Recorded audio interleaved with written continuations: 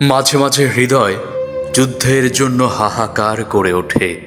মনে হয় রক্তই সমাধান, বারুদই অন্তিম তৃপ্তি। আমি তখন স্বপ্নের ভিতর জেহাদ জেহাদ বলে জেগে উঠি। জেগেই দেখি কৈশোর আমাকে ঘিরে ধরেছে।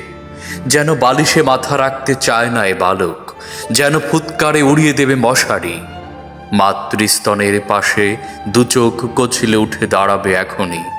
বাইরে তার ঘোড়া অস্থির, বাতাসে কেশর কাঁপছে, আর সময়ের গতির উপর লাফিয়ে উঠছে সে। না, এখনো সে শিশু।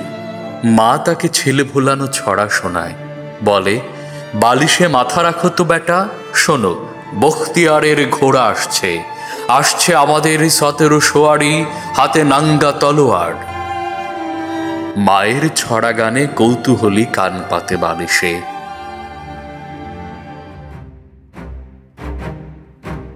নিজের দিলের শব্দ বালিশের সিনার ভিতর। সে ভাবে সে শুনতে পাচ্ছে ঘোর তোর।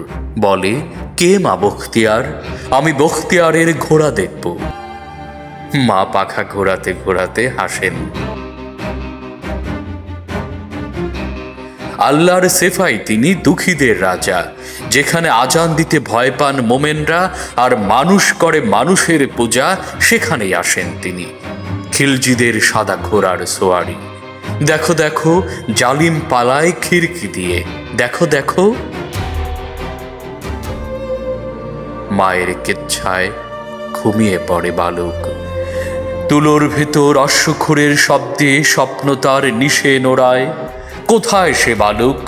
আজ আবার হৃদয় কেবল যুদ্ধের দামাওয়া। মনে হয় রক্তেই ফয়সালা, বারুদি বিচারক, আর স্বপ্নের ভেতর জেহাদ জেহাদ বলে জেগে ওঠা।